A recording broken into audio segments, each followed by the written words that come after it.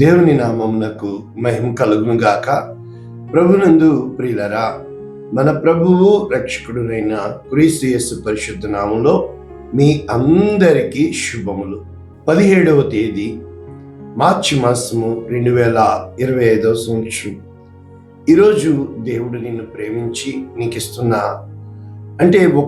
ఈ శ్రమల కాల ధ్యాన సందేశాలు అన్నమాట ఇవి. కనుక వాగ్దానము ఏమిటంటే, క్రీస్తు యేసే ముఖ్యమైన మూలరాయి అయి పునాది మీద మీరు కట్టబడి ఉన్నారు. ఇంకా ఆ క్యాలెండర్లో వేయాలి కనుక క్రీస్తు యేసు అను పునాది మీద మీరు కట్టబడి ఉన్నారు. ఎఫెసీయులకు రాసిన పత్రిక 2వ అధ్యాయము 20వ వచనం, పూర్తి వచనము, క్రీస్తు యేసే ముఖ్యమైన మూలరాయి అయి ఉండగా అపోస్తులు ప్రవక్తలు వేసిన పునాది మీద మీరు కట్టబడి ఉన్నారు. ఇది పూర్తి వచనం. అయితే ఇంగ్లీష్లో New Living Translation, Ephesians chapter 2 verses 20, together we are his house, మనమందరము కలిసి ఆయన ఇల్లు అయి ఉన్నాము. Built on the foundation of the apostles and the prophets, అంటే అపోస్తులు మరియు ప్రవక్తలు వేసిన పునాది మీద మనము కట్టబడి ఉన్నాం. అయితే and the corner stone is Christ Jesus himself, అయితే ముఖ్యమైన మూలరాయి ఎవరు?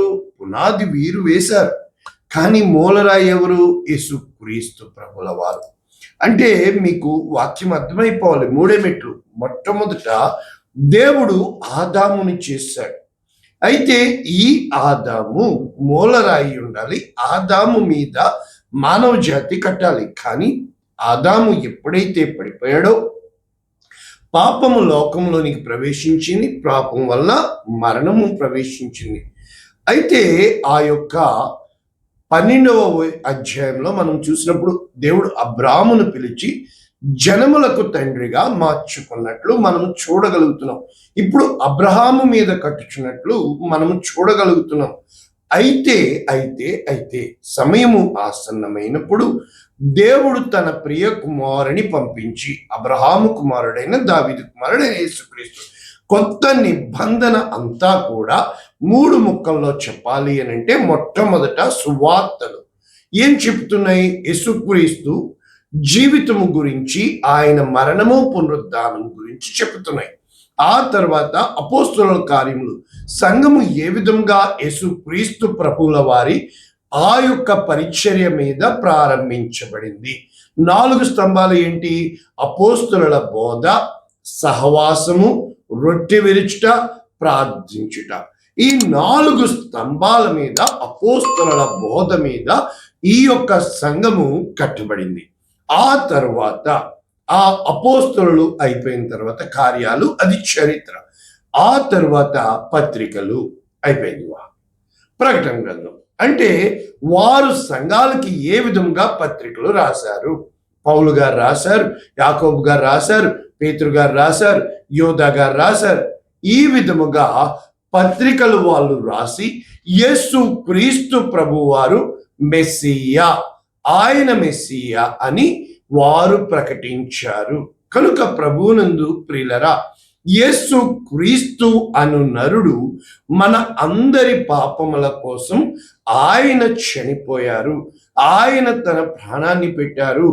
ఆ ప్రాణము, ఆ బండ మీద ఈ నా మాటలు విని ఎవడైనను తన యొక్క, కాబట్టి ఇంటిని కట్టిన వాడు ఆ బండ క్రీస్తే అని మొత్తము పత్రికలన్నీ వారు ఒకే బండలోనిది తాగిరి అని చెబుతూ మనము ఈ ఎఫెసీయులకు రాసిన పత్రిక మనము చూసినప్పుడు, ప్రభువునందు ప్రియులరా, సంఘము ఎందుచేత పిలువబడుతుంది, అసలు సంఘము యొక్క కార్యము ఏమిటి అని మనం చూసినప్పుడు, ఎఫెసీయులకు రాసిన పత్రిక 3వ అధ్యాయం 11వ వచనం, సమస్తమును సృష్టించిన దేవుని యందు పూర్వకాలము నుండి మరుగయ్యున్న ఆ మర్మమును గూర్చి ఏర్పాటు ఎట్టిదో అందరికీ తేటపరచుటకు పరిశుద్ధులందరిలో అత్యల్పుడనైన నాకు ఈ కృప అనుగ్రహింపబడి ఉన్నది అని ఆ యొక్క పౌలు గారు చెప్పుతూ, అంటే ఆ యొక్క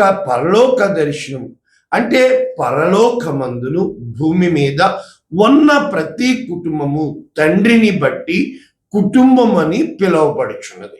అంటే మనమందరము కూడా క్రీస్తు యేసునందు మనము ఉన్నాము అని ఇక్కడ చెప్పడానికి వాళ్ళు పదే పదే పదే పదే అంటే సంఘము దేనికి ఎందుకు కట్టుచున్నారు? ఎఫెసీయులకు రాసిన పత్రిక 4వ అధ్యాయము 11వ వచనం, మనమందరము విశ్వాస విషయములో దేవుని కుమారుని గూర్చిన జ్ఞానము విషయములో ఏకత్వము పొంది సంపూర్ణ పురుషులము అగు వరకు, అనగా క్రీస్తునకు కలిగిన సంపూర్ణతకు సమానమైన సంపూర్ణత గలవారమగు వరకు ఆయన ఇలాగు నియమించెను. ఏంటి? పరిశుద్ధులు సంపూర్ణులగునట్లు క్రీస్తు శరీరము క్షేమాభివృద్ధి చెందుటకు పరిచర్య ధర్మము జరుగుటకు. ఇప్పుడు 5-fold మినిస్ట్రీ ఇక్కడ చెప్పబడుతుంది. 5-fold మినిస్ట్రీ: 1 అపోస్తలులు, 2 ప్రవక్తలు, 3 సువార్తికులు, 4 కాపరులు, 5 ఉపదేశకులు. ఈ విధంగా 5-fold మినిస్ట్రీ అంటే పెద్ద వేలు, ఈ యొక్క బొటన వేలు ఎవరు? ఈ 4 కలిసి ఉంటారు. ఈ ఒక్కళ్ళు లేకపోతే ఏ పని చేయలేరు. అంటే ప్రభువునందు ప్రియులరా, నీ జీవితంలో నా జీవితంలో దేవుడు సత్యవంతుడని ఆయన సంఘమును అనేక విధములుగా పేరు పెట్టి పిలుచుకుని ఏర్పరచుకుని ఉన్నాడని మనము గుర్తెరుగుటకు సంఘము CHURCH అంటే అర్థం ఏంటంటే ఈ యొక్క UR లేకుండా CH అవదు. సంఘములో మొట్టమొదట నీవే. అంటే దేవుడు ఒక గుంపును కాదు, కానీ దేవుడు వ్యక్తిగతముగా దేవుడు కావాలని ఆయన ఇష్టపడుతున్నాడు. అందుకనే ఎఫెసీయులకు రాసిన పత్రిక 4:14 చెప్పుతూ, ఇక మీదట పసిపిల్లలమై ఉండి మనుష్యుల మాయ ఉపాయముల చేత వంచనతో తప్పు మార్గమునకు లాగు కుయుక్తితో గాలికి కొట్టుకుని పోవునట్లు కల్పింపబడిన ప్రతి ఒక్క ఇది కాదు.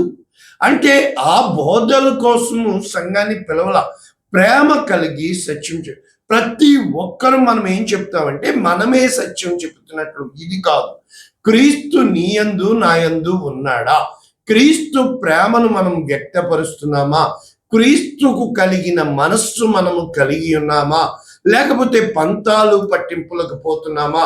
ఇప్పుడు ఆ రోజుల్లో వాళ్ళల్లో డివిజన్స్ వచ్చినాయి, డినామినేషన్స్ ఉన్నాయి కదా ఈ రోజున.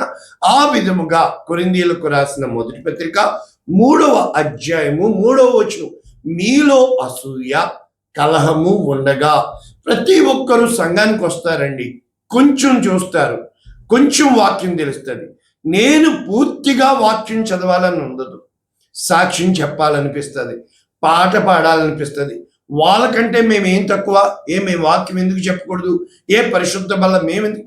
అంటే మనలో తెలియకుండా సంఘంలో ఎదిగిపోయే వాళ్ళంగా ఉన్నాం, కానీ దేవునిలో ఎదిగే వారంగా ఉన్నామా? వాక్యము క్షుణ్ణంగా చదివావా? తప్పులు లేకుండా నువ్వు చదవగలవా? సాక్ష్యము కలిగి ఉన్నావా? నీవు ఒకవేళ దేవుని ప్రణాళికలో ఉండి సంఘము దేవుడు నీ మీద కట్టాలి అని అంటే నీ జీవితము ఎలా ఉండాలి? నువ్వు ఏమి చేయాలని ఇష్టపడుతున్నావు? మనుష్యులకి ఏ విధముగా సేవ చేయాలని ఇష్టపడుతున్నావు? ఇవన్నీ ఉండవుగా. వాళ్ళు పెద్దోళ్ళు అయ్యారు, ఏమేం పెద్దలం కాదా? నాకేదో ఒక పరిచయం ఇచ్చేయండి. ఏం చేస్తావు ఆ పరిచయని? ముందు మోకాళ్ళ అనుభవం నీకుందా? ఉపవాస అనుభవం నీకుందా? దేవునితో సహవాసం నీకుందా? ఇక్కడ వీళ్ళు ఏమన్నారు? నేను పౌలు వాడను, మరి ఒకడు అపోల్లో వాడను అని చెప్పుతూ ప్రకృతి సంబంధమైన మనుష్యుల, అపోల్లో ఎవడు, పౌలు ఎవడు? పరిచారకులే కదా.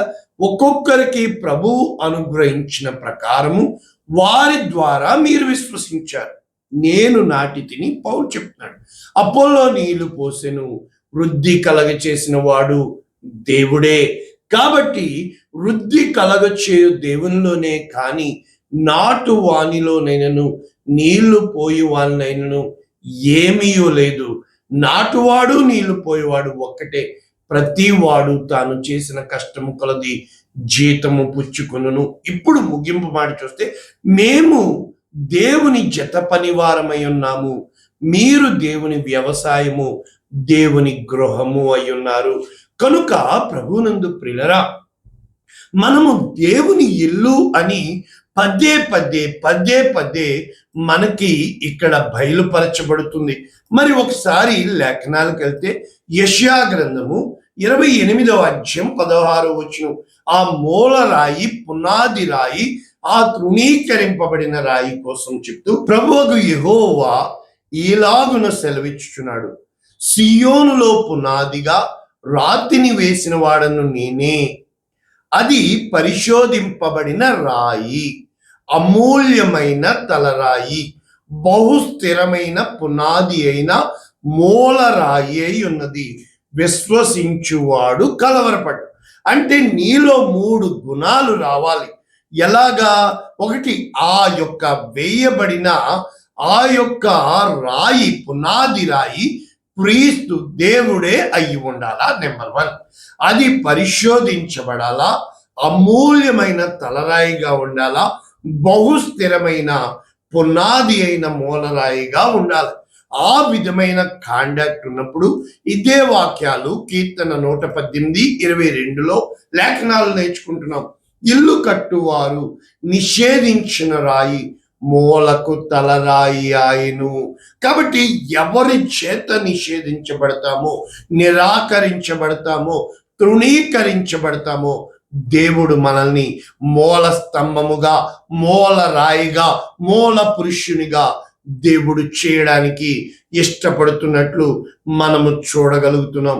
అయితే యెహెజ్కేలు గ్రంథంలో 36వ అధ్యాయం 10వ వచనం, అక్కడ ఆ పర్వతములకు మాట్లాడుతూ ప్రవక్త ద్వారా మీ మీద మానవ జాతిని అనగా ఇశ్రాయేలీయులందరినీ విస్తరింపచేసేదను, నా పట్టణములకు నివాసులు వచ్చెదరు, పాడైపోయిన పట్టణములు మరలా కట్టబడును, మీ మీద మనుష్యులను పశువులను విస్తరింపచేసేదను, అవి విస్తరించి అభివృద్ధి పొందును, పూర్వమున్నట్టు మిమ్మును నివాస స్థలముగా చేసి మునుపటి కంటే అధికమైన మేలు మీకు కలగజేసేదను, అప్పుడు నేను యెహోవానై ఉన్నానని మీరు తెలుసుకుందురు.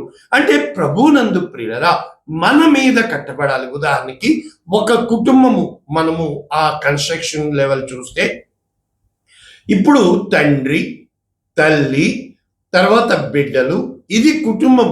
అయితే ఈ తండ్రికి ఇటుపక్కన తల్లిదండ్రులు, తోబుట్టువులు ఉంటారు, ఈ తల్లికి ఇటుపక్కన తల్లిదండ్రులు, తోబుట్టువులు. అంటే మనము ఎవరో ఒకరి మీద మనము కట్టబడుచున్నాం. ఇంటి యజమాని ఎప్పుడూ కూడా పురుషుడు అవుతాడు. కానీ మనం ఏమి చేస్తున్నాము అది మీకు తెలుసు, ఇది సబ్జెక్ట్ కాదు. ఎప్పుడైతే నీ స్థిరమైన పునాది మీద నువ్వు కట్టబడకుండా, పునాదిని కాదని నువ్వు కట్టినప్పుడు, ఇంతకుముందు మనకి పునాది రాళ్ళుగా వేసేవాళ్ళు, ఇప్పుడు పిల్లర్స్ వేసి కట్టేస్తున్నారు. అంటే ఆ పిల్లర్ కూడా భూమిలో ఉండాలి కదా, భూమిలో ఉండేది ఎప్పుడు కనబడదు కదా, అది ఎప్పుడు గొప్ప కోరుకోదు కదా, కానీ మొత్తం భారం మోసేది భూమిలో ఉన్న పునాదే కదా. మరి ఆ పునాది స్థిరముగా లేకపోతే, మాకు కాకినాడలో ఒకానొక కొన్ని సంవత్సరాల క్రితం వాళ్ళు ఆ చెరువు మూసేసి దాని మీద బిల్డింగ్ కట్టేశారు, 4 అంతస్తుల బిల్డింగ్. ఒక రోజు వచ్చింది, అది కూలిపోయింది. ఫస్ట్ ఫ్లోరు గ్రౌండ్ ఫ్లోర్ అయిపోయింది, అది కిందకి కూలిపోయింది, లోపలికి దిగిపోయింది, కూరుకుపోయింది. అంటే మనము పునాది స్థిరముగా లేనప్పుడు అది గాలికి కొట్టుకొని పోయేదిగా ఉంటుంది. మనము పేతురు రాసిన మొదటి పత్రిక 2వ అధ్యాయము 4వ వచనంలో మనం చూసినప్పుడు ఆ యొక్క యెషయా ప్రవక్త రాసింది, కీర్తనాకారుడు రాసింది ఇక్కడ చెబుతూ, మనుష్యుల చేత విసర్జించబడినను దేవుని దృష్టికి ఏర్పరచబడినది అమూల్యము సజీవమైన లివింగ్ స్టోన్, ప్రభువునొద్దకు వచ్చిన వారై యేసు క్రీస్తు ద్వారా దేవునికి అనుకూలములగు ఆత్మ సంబంధమైన బలులను అర్పించుటకు పరిశుద్ధ యాజకులుగా ఉండునట్లు మీరును సజీవమైన రాళ్ల వలె ఉండి ఆత్మ సంబంధమైన మందిరముగా కట్టబడుచున్నారు. చూసారా, మనము ఆత్మ సంబంధమైన మందిరముగా మనము కట్టబడినప్పుడు ప్రభునందు ప్రియులరా, దేవునికి అసాధ్యమైనది ఏదీ లేదు. నీవు ఎవరి మాటల మీద నువ్వు కట్టుకుంటున్నావు? ఆదామును వచ్చి అడిగాడు, ఎవరు చెప్పారు? హూ టోల్డ్ యూ నీవు దిగంబరివని, తినవద్దు అన్న పండు తిన్నావా? వాళ్ళు అబద్ధం మీద కట్టుకున్నారు. ఆ అబద్ధమునకు జనకుడు దుష్టుడు. అంటే మనము నిజంగా నమ్మిన విశ్వాసము నీతి అనే బండ మీద నువ్వు నిలబడగలుగుతున్నావా? కనుక ఈ పత్రికలు ఇవన్నీ కూడా అంటే యేసు క్రీస్తు ప్రభుల వారు ఏం చెప్తున్నారు? మత్తయి సువార్త 16, అక్కడ 16 మనకు తెలుసు. నీవు సజీవుడు అయిన దేవుని కుమారుడు అని పేతురు చెప్పినప్పుడు ఈ 18వ వచనంలో నీవు పేతురవు, ఈ బండ మీద నా సంఘమును కట్టుదును, పాతాళలోక ద్వారములు దాని ఎదుట నిలవనేరు. అంటే ఆ బండ క్రీస్తు. ఎందుకు? మొదటి ఆదాము మట్టికి చేరిపోయాడు కనుక ఆ తిరిగి కడపటి ఆదాము మీద యేసు క్రీస్తు అను పునాది మీద, యేసు క్రీస్తు ఇచ్చిన రక్షణ మీద, యేసు క్రీస్తు ఇచ్చిన విజయ ఉత్సాహం మీద, అంటే మరణమును జయించి పునరుద్ధానుడైన క్రీస్తు యేసు ప్రభుల ద్వారా, అంటే హెబ్రీయులకు రాసిన పత్రిక 3వ అధ్యాయంలో అక్కడ గ్రంథకర్త ఏమని రాస్తున్నాడు? పరలోక సంబంధమైన పిలుపులో పాలు పొందిన పరిశుద్ధ సహోదరులారా అని చెబుతూ మన అపోస్తలుడు ప్రధాన యాజకుడైన యేసు మీద లక్ష్యం ఉంచుడి. అంటే పాత నిబంధన మనకు చూసినప్పుడు ప్రవక్తలు ఏమి ప్రవచించారో అవి అన్నీ కూడా నూతన నిబంధనలో మెస్సియా వచ్చాడు, ఆయన యేసుక్రీస్తు ప్రభు. అంటే దేవుని ఇల్లంతటిలో మోషే నమ్మకముగా ఉండినట్లు ఈయన కూడా తనను నియమించిన వానికి నమ్మకముగా ఉండెను. ప్రతి ఇల్లును ఎవడైనా ఒకని చేత కట్టబడును, సమస్తమును కట్టినవాడు దేవుడే. ఇంటి కంటే దానిని కట్టిన వాడు ఎక్కువ ఘనత పొందినట్లు ఈయన మోషే కంటే ఎక్కువ మహిమకు అర్హుడుగా ఎంచబడెను. కాబట్టి మోషే పరిచారకుడై ఉండి దేవుని ఇల్లంతటిలో నమ్మకముగా ఉండెను. అయితే క్రీస్తు కుమారుడై ఉండి, చూసారా, ఆయన ఇంటి మీద నమ్మకముగా ఉన్నాడు. ధైర్యము, నిరీక్షణ వలని ఉత్సాహము తొదమట్టుకు స్థిరముగా చేపట్టిన ఎడల మనమే ఆయన ఇల్లు. కనుక ప్రభువునందు ప్రియులరా, మన హృదయాలు కఠినపరచుకునకుండా ఆ ఇల్లు క్రీస్తు యేసు ప్రభువు నివసించినట్లు మన హృదయాలను ఆయన నివాస స్థలముగా చేసుకుని ఆయన మహిమార్థము మన జీవితాలు కట్టుకుందము గాక. నీ జీవితము, నా జీవితము దేవునికి ఇష్టమైన బలియాగముగా ఉండును గాక. ప్రార్థన చేసుకుందామా? పరిశుద్ధుడా, ప్రేమ కలిగిన తండ్రి, విత్తబడిన వాక్యమును నిండాలుగా దీవించమని, నిన్ను గూర్చిన అనుభవ జ్ఞానం ఇమ్మని, నీ లేఖనముల మీద అవగాహన ఇవ్వమని, నిన్నుగా స్తుతించే భాగ్యం ఇమ్మని, నిన్నుగా ఘనపరిచే భాగ్యం ఇమ్మని, మేమందరము మీ ఇల్లయ్యి ఉన్నామని, యేసు క్రీస్తు అనే నరుడు మా కోసం ప్రాణం పెట్టాడని యేసు నామమున దీవిస్తున్నాము తండ్రి. ఆమేన్. God bless you all. దేవుడు మిమ్మల్ని దీవించును గాక. ఆమేన్.